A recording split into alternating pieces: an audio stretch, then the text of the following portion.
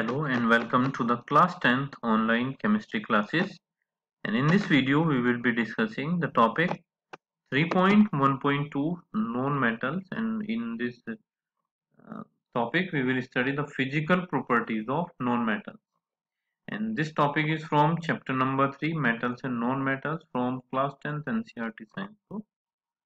So let's start the topic. In the previous class you have learned that there are very few known metals as compared to metals. ये previous class में आपने ये पढ़ा कि जो non metals हैं उनके नंबर बहुत कम हैं एज कम्पेयर टू मेटल्स। लगभग 92 मेटल्स हैं 118 एलिमेंट्स के अंदर से, और उसके अलावा बहुत कम नॉन मेटल्स हैं। तो some of the examples of non metals are carbon, sulphur, iodine, oxygen, hydrogen etcetera. और कुछ एग्जांपल जो नॉन मेटल्स के हैं वो क्या है? Carbon, sulphur, iodine, oxygen, hydrogen, सब एग्जांपल है नॉन मेटल्स के।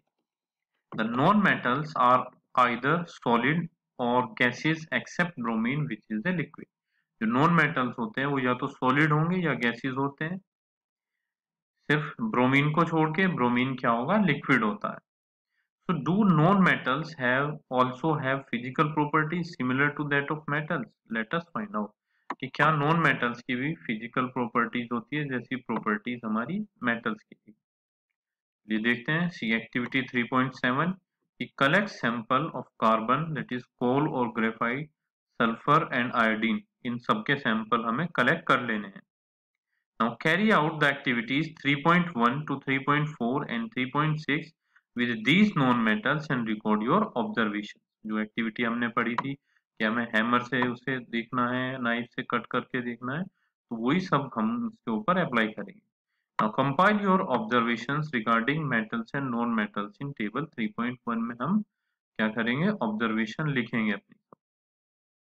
So on the basis of the observation recorded in table 3.1, discuss the general physical properties of metals and non-metals in the class।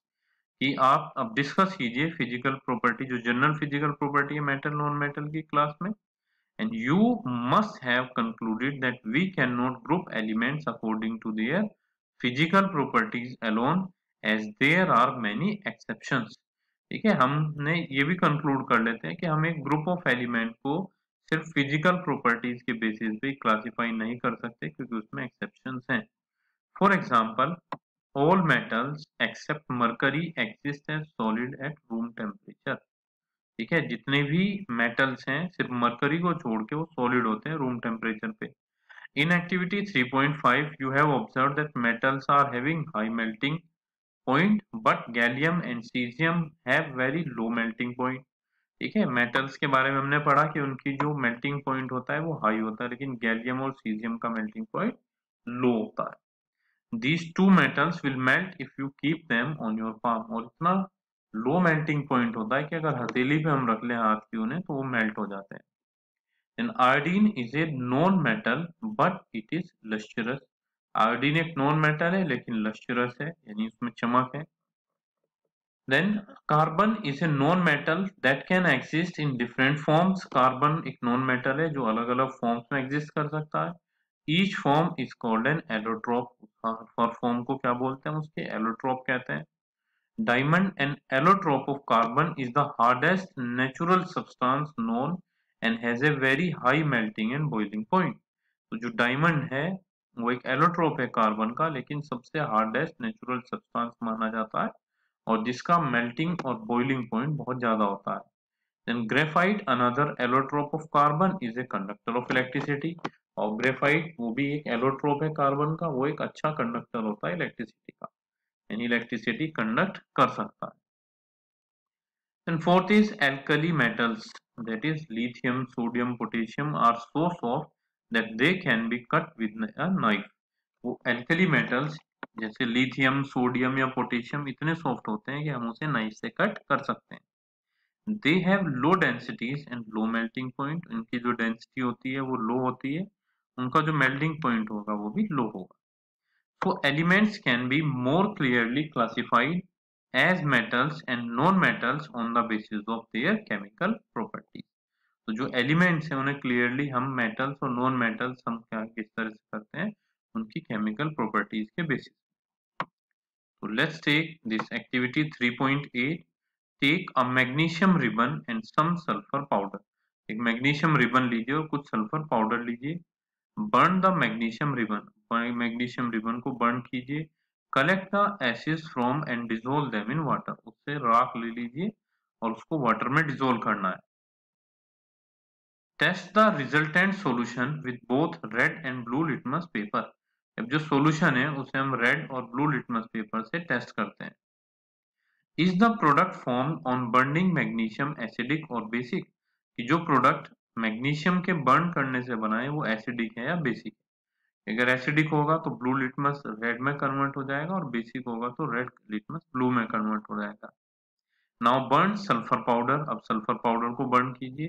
Place a test tube over the burning sulphur to collect the fumes produce.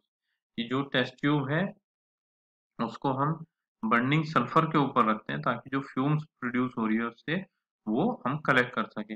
Now add some water to the above test tube and shake. जिसमें हमने fumes collect की है उस test tube में हम water add कर देंगे और उसे हिलाएंगे। Now test this solution with blue and red litmus paper. Is the product formed on burning sulphur acidic और बेसिक। तो जो प्रोडक्ट बना है ऑक्सीजन में बर्न करने में वो एसिडिक है या बेसिक है ये पता करना है। Can you right equation for these reaction? क्या आप इक्वेशन लिख सकते हैं इन रिएक्शंस के लिए? Yes, you can try, you can write it. तो यहाँ पे क्या है कि अगर हम चेक करते हैं तो जब भी ऑक्सीजन में बर्न करते हैं हम तो ऑक्साइड बनता है। तो सल्फर ऑक्साइड बनेगा या डाइऑक्साइड बनेगा वो, क्योंकि नॉन मेटल ऑक्साइड है तो वो एसिडिक होता है नेचर में, जबकि मेटेलिक ऑक्साइड बेसिक होते हैं। So most non-metal produce acidic oxide when dissolved in water, and on the other hand, most metal give rise to basic oxide. And you will be learning more about these metal oxide in the next section. And before moving to the next section, just see these in text question. Give an example of a metal which is liquid at room temperature, mercury, which can be easily cut with a knife. Sodium is the best conductor of heat. हमने पढ़ा था कि जो copper होता है और आपका जो सिल्वर होता है वो अच्छा कंडक्टर होता है हीट का। पुअर कंडक्टर ऑफ हीट जो मेटल है वो पुअर कंडक्टर कौन सा होगा इसके अंदर? हीट, सोडियम वगैरह जो होते हैं वो पुअर कंडक्टर की तरह से बिहेव करते हैं। And explain the meaning of malleable and ductile. Malleable का मतलब शीट में कन्वर्ट कर देना और डक्टिलिटी का मतलब होता है कि वायर्स में कन्वर्ट कर देना, उसको डक्टिलिटी बोला जाता है। सो next video we will be discussing chemical properties of metal. Thank you for watching this video.